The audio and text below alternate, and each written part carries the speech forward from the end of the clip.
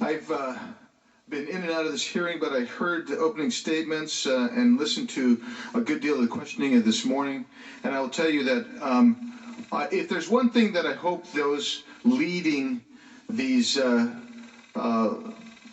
very important energy companies and the Petroleum Institute understand is that you've kind of got yourself here. You've seen the attitude. You've heard the attitude from the folks to the left in this committee.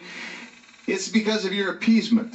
That's what it is. So when you get asked this morning about aren't you embarrassed, that's really kind of an irrational question to ask CEOs about their company policy.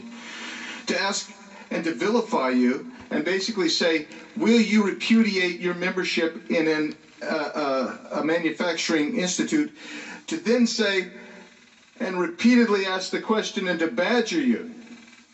That's because you have been appeasing. I'm not saying that you shouldn't do your best to reduce carbon emissions and run a clean company. I'm saying that you've been brought here so they can beat the crap out of you. That's what this is all about. And they're doing it for a political reason. And that's the shame of it all. This is a hearing where the Democrats attack American workers and the private sector. The president and his allies in Congress have consistently advocated for policies that have led to higher energy prices and increased inflation. In fact, though, you've got Ron Klain retweeting this. He's the chief of staff of the White House, saying most of the economic problems we're facing, inflation, etc., are high-class problems. Well, even the New York Times has said this year's Thanksgiving feast will wallop the wallet, and that's a result of Biden's policies, and part of those policies are to put the screws on the energy industry. Some of the inflation is systemic, but some of it is driven by scarcity, just economic market-driven principles. So I hope you get the lesson, because if nothing else I say matters, I think you need to know something.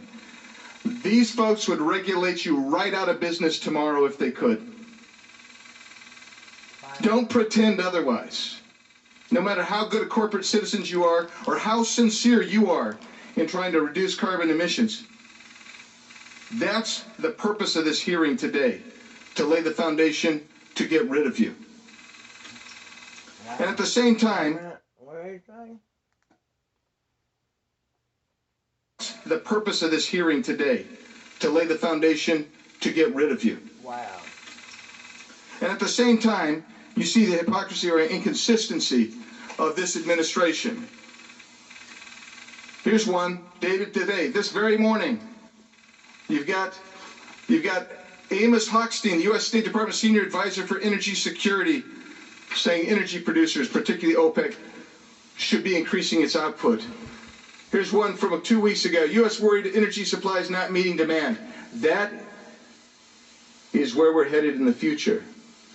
What you do is important. Never forget it's important. At the same time, you got the Biden administration issuing new oil and gas leases for drilling on federal land, canceling the Keystone Pipeline within hours of taking office, and then removing sanctions on Russia's Nord Stream 2 pipeline, increasing Europe's dependence on Russian oil. We hear this from Mikhail Kruchikin, an energy analyst at the consultancy RusEnergy, saying, quote, "We decided we'll let them freeze a good bit this winter, and then they'll become more talkative and won't insist on quickly abandoning gas. The stakes are very high." What? Yeah. Dependence on Russian oil. We hear this from Mikhail Kruchikin, an energy analyst at the consultancy RusEnergy, saying, quote, "We decided we'll let them freeze a good bit this winter, and then they'll become more talkative and won't insist on quickly abandoning gas. Wow. The stakes are very high." This is a high-stakes game. The Russians get it. You get it. My colleagues across the aisle don't get it. Oh, they get it. Congressional Democrats' proposals for fixing the problem they caused are worse than President Biden's. Their tax and spend budget reconciliation bill will increase energy prices and cripple the American economy. With gas prices at a 7-year high, Democrats in Congress are considering enacting a carbon tax to pay for their socialist policies. They love to tout their support of the Green New Deal, claiming that it is the only way to fight climate change. However, it excludes nuclear energy. despite the fact that nuclear energy is carbon-free, low-cost, and is a reliable energy source. A Democrat member's former chief of staff, Saikat Chakrabarty, stated, quote, "The interesting thing about the Green New Deal is it wasn't originally a climate change thing at all, because we really think of it as a how do you change the entire economy thing," close quote. He told the truth. Yeah, he did. But occasionally you're going to get that out. I urge you, continue being good corporate citizens, but understand, appeasement will lead to the demise of your industry and your company, which will result in thousands and hundreds of thousands of people losing work and living in poverty, in an impoverished state. And Madam Chair, I have a number of articles I would like to submit for the record. Without objection. I have one called Oil Eases with U.S. urging producers to ramp up supplies, dated today's date. I have one dated from Reuters, dated October 7th. U.S. worried energy supply not meeting demand, top Biden advisor says.